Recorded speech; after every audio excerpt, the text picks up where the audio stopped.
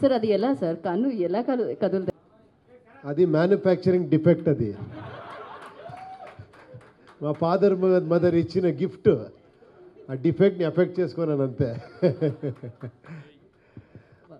Sir thank you sir. ఒక industry పెద్దది ఎప్పుడవుతుంది అంటే మీలాంటి పెద్ద మనుషులు ఉంటేనే. పెద్ద రైటరు, పెద్ద ప్రొడ్యూసరు, పెద్ద director, you are all so big. నన్ను మీరు ఏదో ఒక 3-4 ఫిల్మ్ చేసింది ఎంత గొప్పగా మాట్లాడినా ఇంకా ఒక స్పిరిట్ వచ్చేలాగా చేసేసారు మీరు. మైక్రోస్కోప్లో చూస్తారు మీరందరూ. మీరు ఎన్ని బ్లాక్ బస్టర్స్ ఫిల్మ్ వర్క్ చేశారు, ఎన్ని ఫిల్మ్స్ ఇచ్చారు.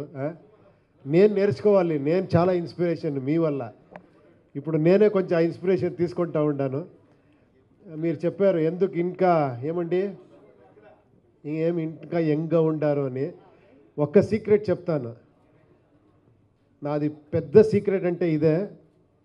0 నుంచే నాది అన్నీ స్టార్ట్ అయింది. చాలామంది ఇది అలాగే స్టార్ట్ అయింది. అందుకే మీరు వాళ్ళు పెద్దవాళ్ళు అయ్యారు. 0లో ఒక ప్లస్ ఏమంటే నథింగ్నెస్లో ఎవ్రీథింగ్ ఉంది.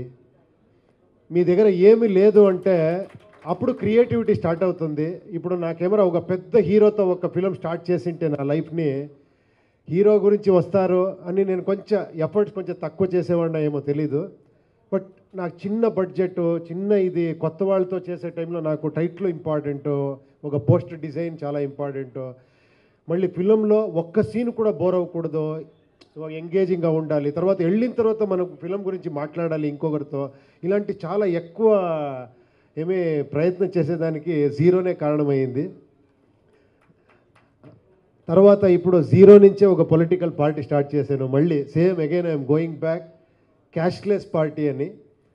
ఎందుకు క్యాష్లెస్ అంటే మన క్యాషే ప్రాబ్లం అయింది పాలిటిక్స్లో. పాలిటిక్స్ అన్ని బిజినెస్ అయిపోయింది.